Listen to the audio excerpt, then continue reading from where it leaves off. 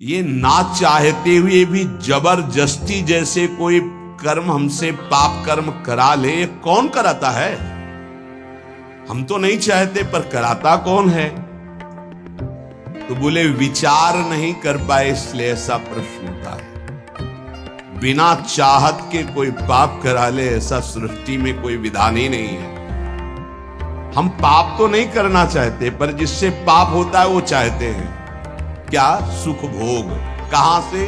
पर स्त्री, पर धन, नाना प्रकार के आचरण जो पाप आचरण है उनसे सुख चाहते, पाप नहीं करना चाहते पर हम सुख भोगना चाहते हैं, सुख संग्रह करना चाहते हैं, इसी से पाप होते हैं। श्री भगवान से कह रहे केन प्रयुक्तोयम पापम चरति, किससे प्रेरित होकर पाप करता है?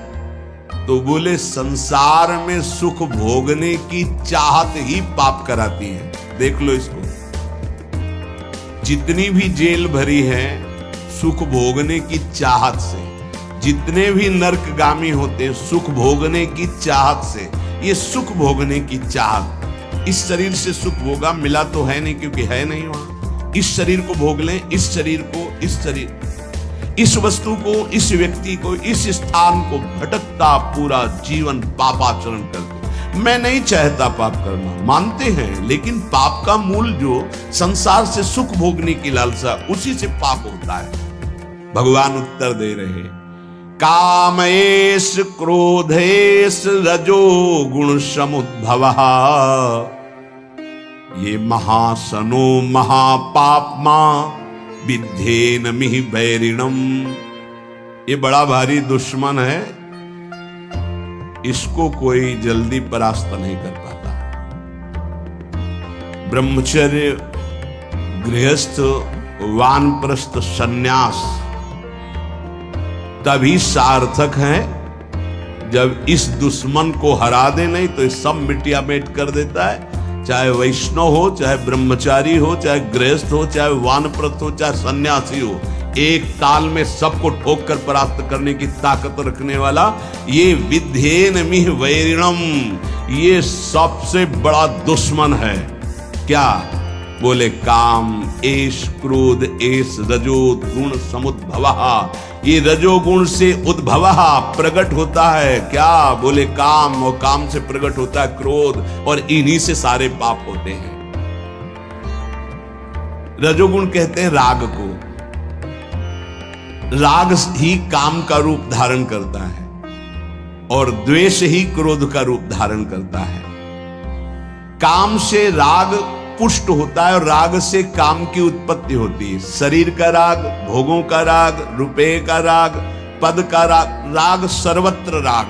राग से ही काम और काम से ही क्रोध, और काम और क्रोध ये दोनों महापाप कराने वाले हैं। और महासनो महापापमा, ये कभी तृप्त नहीं हो सकते। महासनो, चाहे जितना भोग लो आप, भगवान कह रहे हैं चाहे जितना भोग लो,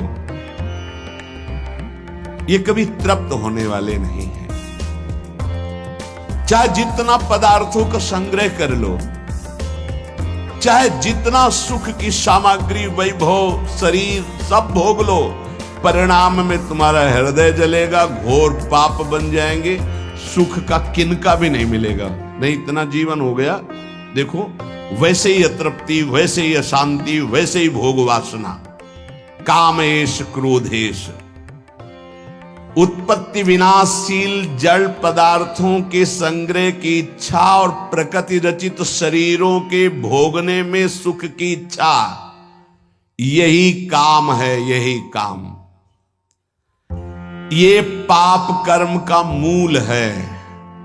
महापाप माय, महान पापी, महान पाप कराने वाला, महाशनो, कभी तृप्त ना होने वाला, काम के वशीभूत होकर के, जब उसमें बाधा पड़ती तो क्रोध के वशीभूत होकर के ये महान पाप बनते हैं। कभी दोनों से अलग अलग, कभी दोनों साथ मिलकर जीव को नष्ट किए हुए पाप कर्म कराने में।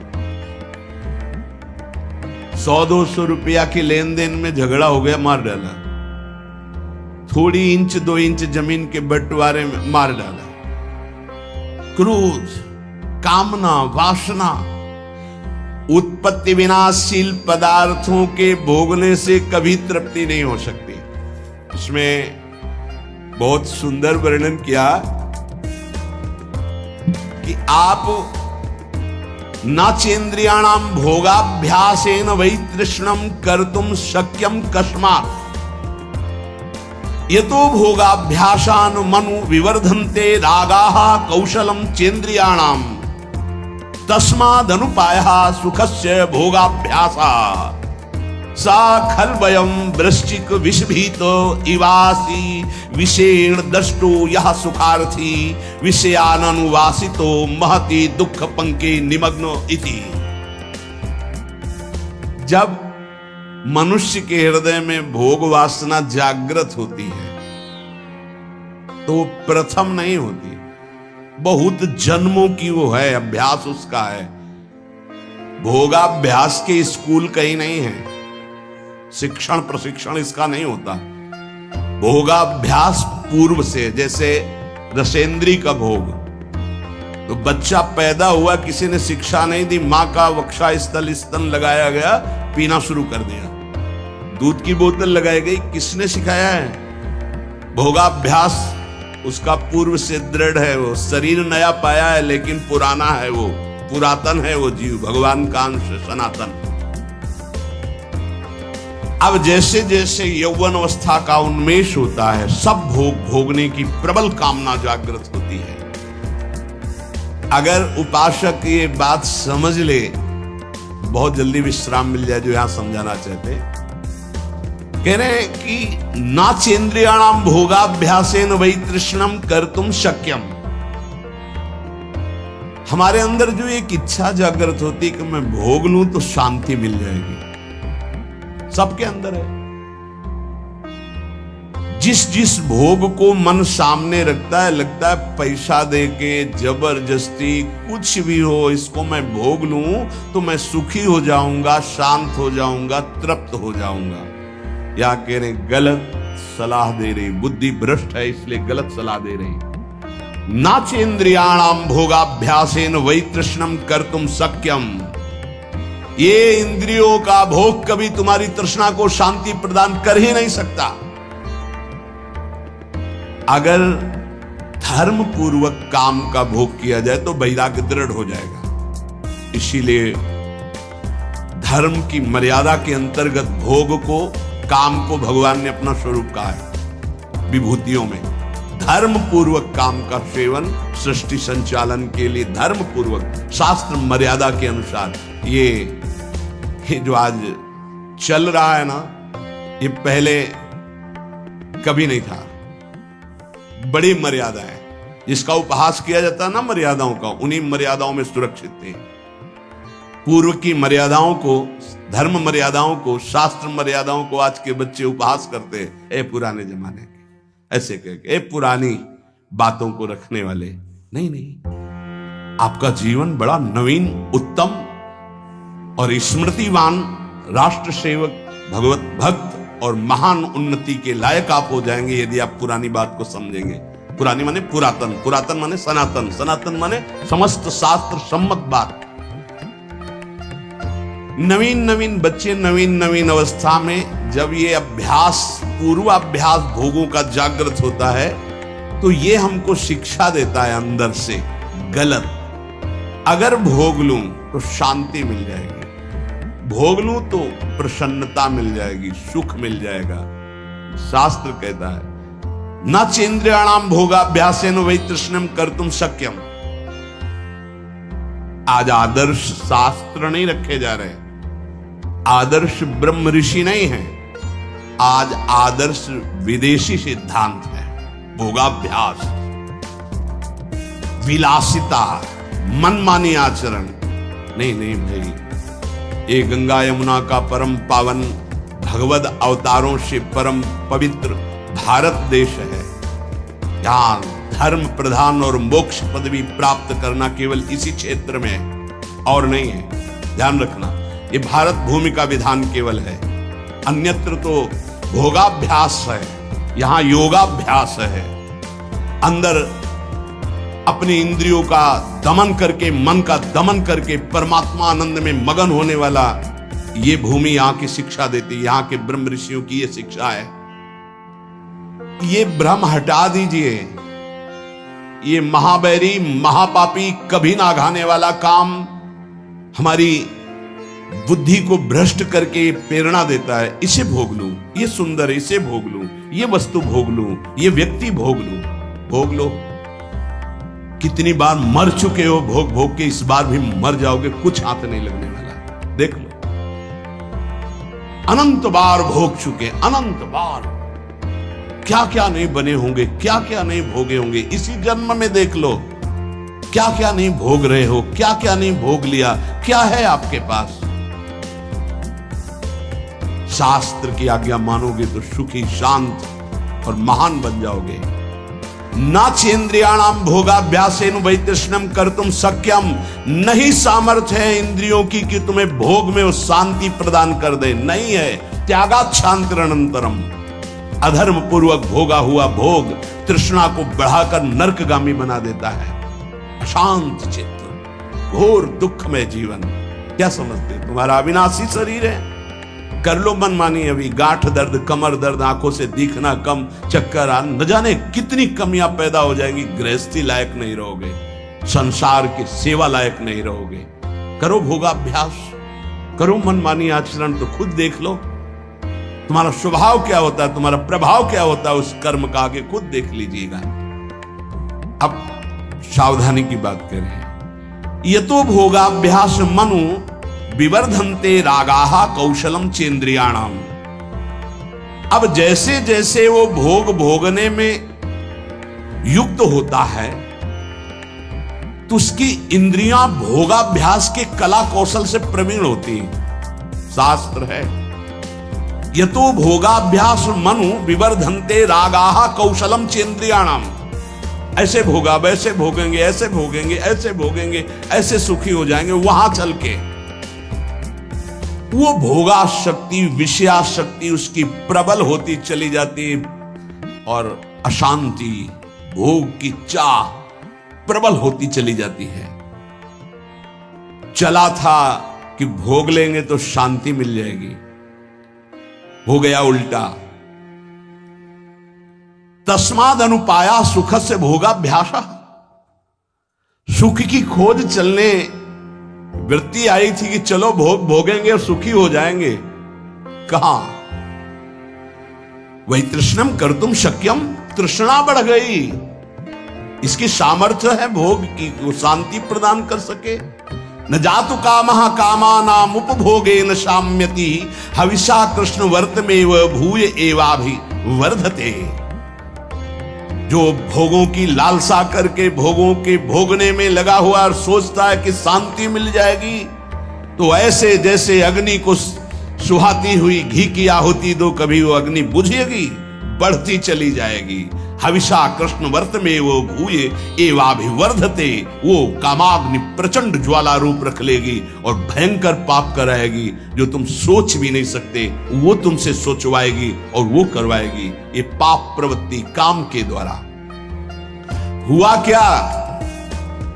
बोले सा खलवयम वृश्चिक विष भीतम इवासी विषेण दष्टो यह सुखार्थी विषयानुवासितो महत दुख पंके निमग्न थी। बीछी के डंक के जहर से बचने के लिए विषधर कोबरा के मुख में हाथ डाल दिया। उल्टा हो गया। क्या? हृदय में पहले जलन हुई थी भोग वासना की, तो उसको तो सह नहीं पाया। ये था बीछी के डंक का जहर। अब भोग भोगने में उतर गया तो बोले कोबरा के मुख में हाथ डाल दिया, भारी विष धर के। आप तो जहर चढ़ गया। पता नहीं कितने जन्मों में उतरेगा जहर ये भोग वासना का। इसलिए महती दुख पंके निमग्ने वेश्यानुवासितो महती दुख पंके। महत दुख में फंस गया। पंक माने कीचड़। महत दुख में फंस गया। वो निकलना बड़ा कठिन। ये दलदल है भोग वासना का, इससे निकलना बड़ा कठिन है। गुरु कृपा से निकल चुके हो तो पीछे कदम मत बढ़ाना। तुम्हें दिखाई दे रहा है बड़ा कोमल भूमि, नीचे इतना दलदल है कि निकल नहीं पाओगे। श्री भगवान कह रहे हैं, कामना की पूर्ति से लोभ उत्पन्न होता है। जिम प्रति लाभ लोभ अधिकाई। आज ये भोग भोग लिया, बड़े खुशी हो गए, अब ये भोग भोगेंगे, ये भोग भोगेंगे। ये पता नहीं कि ये कर्म इतने बलवान होते जा रहे हैं, जो हमारे कर्म हैं ये हमें विध्वंस कर देंगे, भोगने लायक नहीं रखेंगे। समय देख लेना, जब समय आएगा दंड देने के लिए, आप लोग देखते हुए भी नहीं देखते हैं। संसार में सब देख रहे हैं, फिर भी आप नहीं देखते हैं, अंधे बन रहे हैं, विवेक शून्य है। इसलिए कर्म का क्या दंड मिल रहा है आप देख रहे हैं।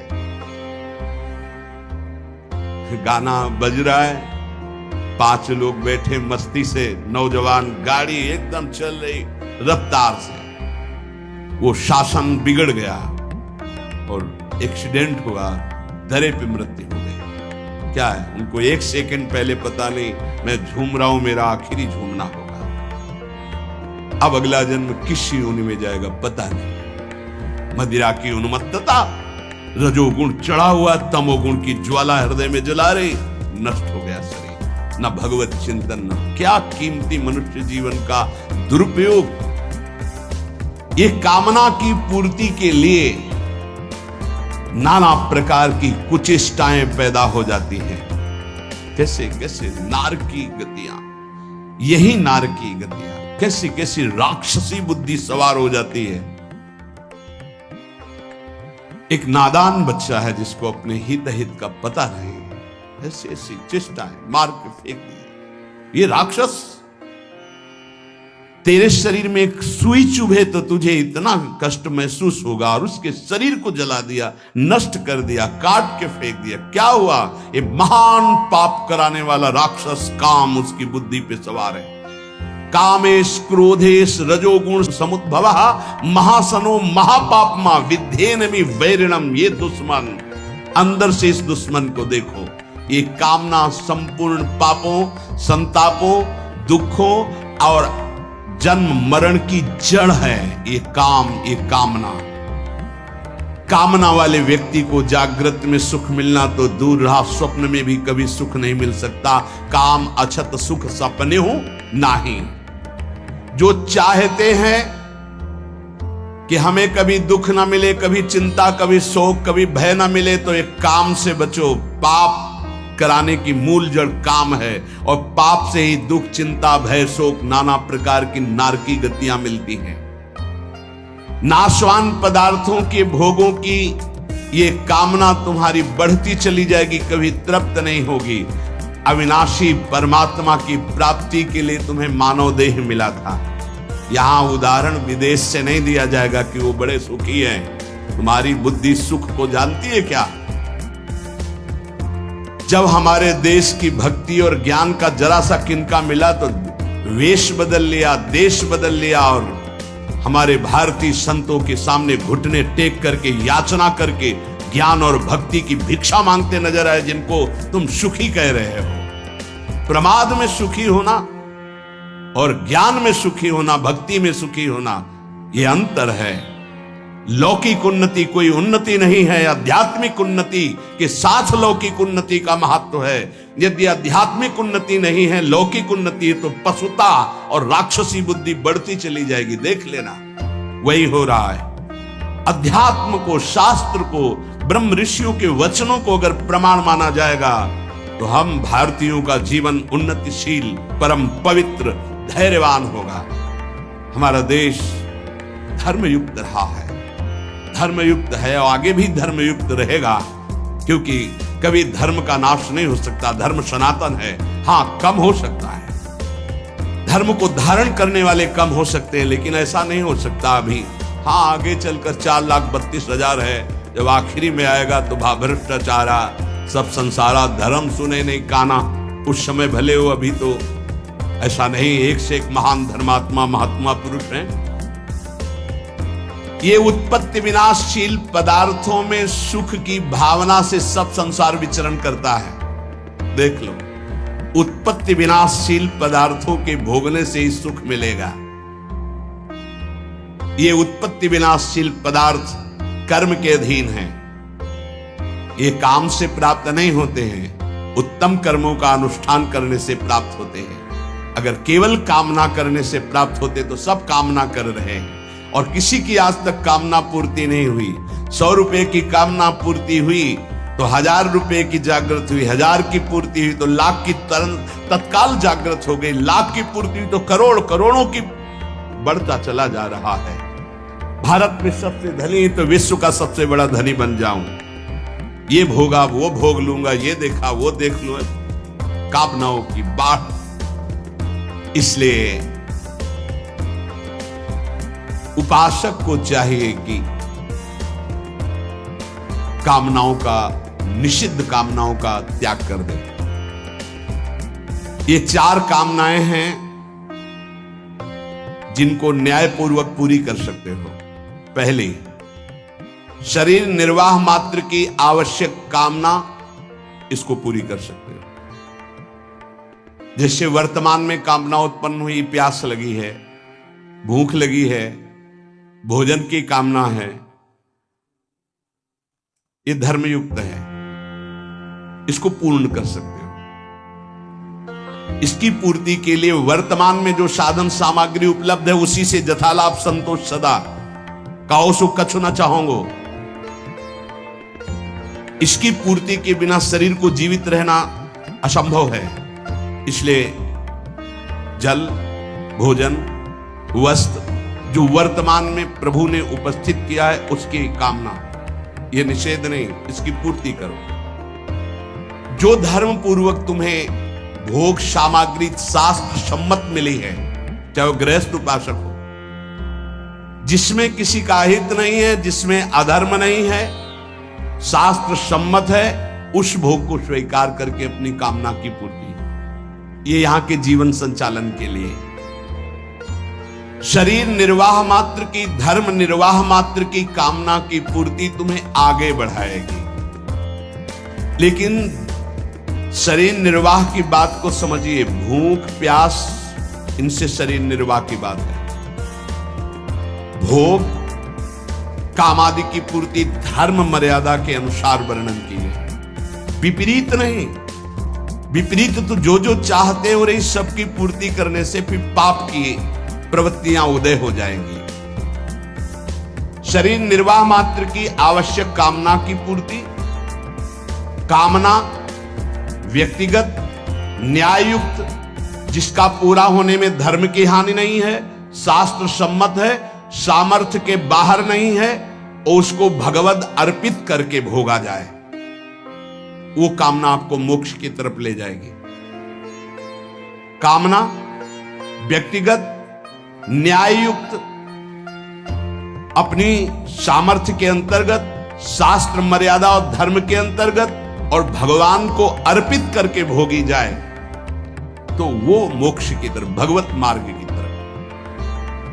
जो सामग्री है हमें बहुत प्यारी है, भोग सामग्री हमें बहुत प्यारी, भगवान को अर्पित करो। न्याययुक्त परिवार के पोषण में लगाओ।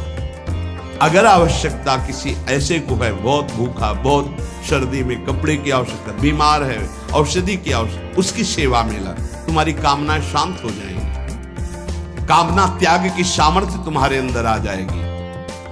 जो अपनी सामग्री को भगवान ने आपको जो दी, दूसरों को अत्यंत आवश्यक होने पर उसकी सेवा में लगा दे, तो उसके अंदर भागवतिक सामर्थ्य जागृत होती है।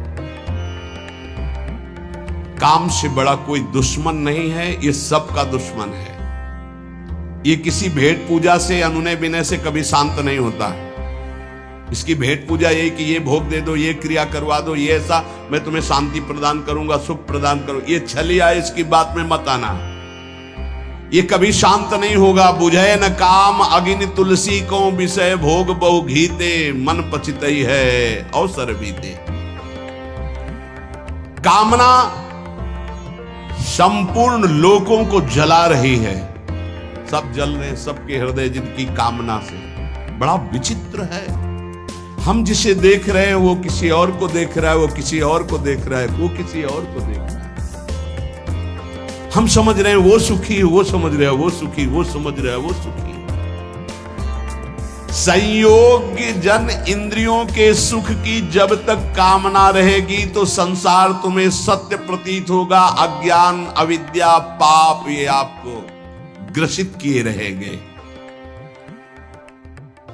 जो प्रतिक्षण नाशवान है वो सुख कैसे प्रदान कर सकता है? ऐ परमात्मा के अंश, तू कभी प्रकृति से सुखी हो ही नहीं सकता। बैठा लो ये दिमाग में बात। दुखालयम शाश्वतम दुखयो नया। ऐ परमात्मा के अंश, तू कभी प्रकृति से सुखी नहीं हो सकता। जैसे चलचित्र सिनेमा में पके हुए अंगूर दिखाई देते हैं तो क्या तुम्हें खाने को मिल जाएंगे? तो बोले वो तो मिलेंगे नहीं, चित्र के हैं। ऐसे इस चित्र के भोगने से तेरे को कभी शांति मिल सकती? भोग के साफ संसार देख रहा है, क्या शांति मिली? और तृष्णा और भोगने की इच्छा।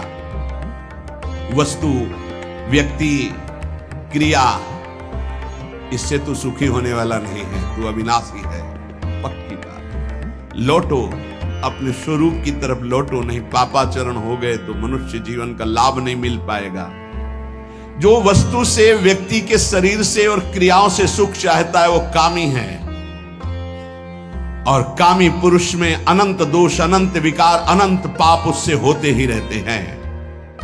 जब तक मनुष्य के अंदर काम है वो कामी है, तब तक निर्दोष, निर्विकार, निष्पाप अपने स्वरूप को झांक भी नहीं सकता है। अपने स्वरूप को वो इस शरीर को भोगने की, शरीर सुख सामग्री की, बस इसी की चिंता में पूरा जीवन निकाल देंगे। इतने रुपए प्रॉफिट होने लगी रोज, अब इतने होगी, इससे ये खरीदूंगा, इससे ये भोगूंगा, ये इसके लिए जमा करूंगा, वो उसके लिए जमा करूंगा। सोचते सोचते मर जाता है और जिस लिए आया था वो कार्य पूरा नहीं कर पाता।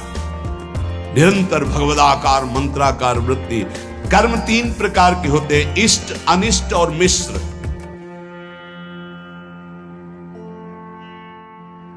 इष्ट जो हमें चाहिए, चाहे जैसे मिले मुझे चाहिए।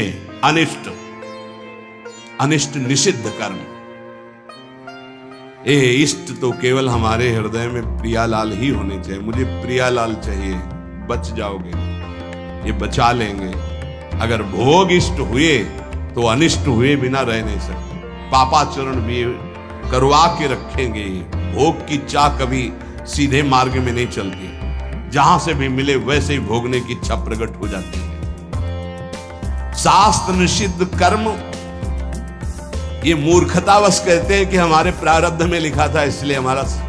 प्रारब्ध से शास्त्र निषिद्ध कर्म नहीं होते, ये कामना से होते हैं, काम से, अविद्या से, अज्ञान से होते हैं। प्रारब्ध कर्म केवल फल भोग उपस्थित करके निवृत्त हो जाता है, पाप कर्म नहीं कराता। पाप का फल आएगा दुख, पुण्य का फल आएगा सुख सामग्री। वो तुमसे पाप कर्म नहीं कराएगा। प्रारब्ध में इतनी ताकत नहीं कि तुमसे पाप कर्म कराए, वो तुम्हारी मूर्खता है, तुम्हारी कामना है। निषिद्ध कर्म प्रारब्ध नहीं करा सकता, वासना कराती है। प्रारब्ध का फल भोग पीछे जो निषिद्ध हुआ है उसका दुख आएगा, जो पुण्य हुआ है उसका सुख आएगा, लौकिक सामग्री, लौकिक उन्नति। पाप कर्म प्रारब्ध नहीं कराता। ये जो लोग कहते हैं ना कि ऐसा हमारे भाग्य में लिखा था, तो काल ही कर्म ईश्वर मिथ्या दोष लगाए। रजोगुण से एक राग काम पैदा होता है और पापों का खेल शुरू हो जाता है। अब ये हृदय को बहुत बुरी तरह जकड़ लिए है काम में, बहुत बुरी तरह। देख लो सर, ऐसे जैसे किसी ने खूंटे में बांध दिया हो कस के, निकलना मुश्किल है। बार बार निकलने की कोशिश करता है, फिर उसी में धंस जाता है काम। इसीलिए बलिहारी गुरुदेव भगवान की, जिनकी वचन मात्र से इस भारी माया प्रपंच से जीव निकल जाता है। पकड़ लो वचन पर, निकल गए, तुम्हें कोई रोक नहीं सकता, क्योंकि जिनकी रचना है वही तुम्हें निकालने के लिए आए हैं। ये पाप है, ऐसी जानकारी भी है, कामना भी प्रवृत्त हो गई है। नहीं करना चाहिए ये भी चाहते फिर भी हो रहा है। तो ये जो जानकारी है इसका हम प्रयोग क्यों नहीं कर पा रहे? जो हमें जानकारी है, जैसे आज जानकारी हुई, सुना आपने कि कभी भोगने से तृप्ति नहीं होगी तो मुझे रुक जाना चाहिए, पर जानकारी भी और जान भी रहा हूं कि पाप है, फिर भी क्यों नहीं रुक पा रहा हूं?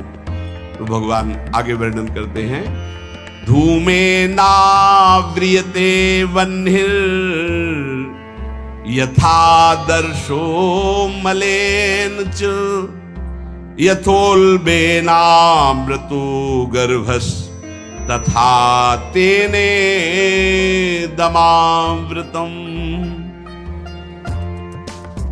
जैसे धुएं से अग्नि ढक जाती है, मैल से दर्पण ढक जाता है, और जैसे झिल्ली से गर्भ ढका रहता है, ऐसे ही काम ज्ञान को ढकेंगे। तीन बातें, धुएं से अग्नि, मैल से दर्पण और जेल से गर्भ जैसे ढका रहता है, ऐसे ये ज्ञान जो आपको प्राप्त हुआ, काम उसको ढक देता है। अगर वो हट जाए तो ज्ञान प्रयोग में आ जाए। राधे राधे दोस्तों, अगर आपको ये वीडियो अच्छी लगी हो तो लाइक, कमेंट और शेयर करना ना भूलिएगा, और ऐसे ही हमारे साथ बने रहिए जिससे हम रोज़ आपको एक नई वीडियो प्रोवाइड कर सकें। धन्यवाद।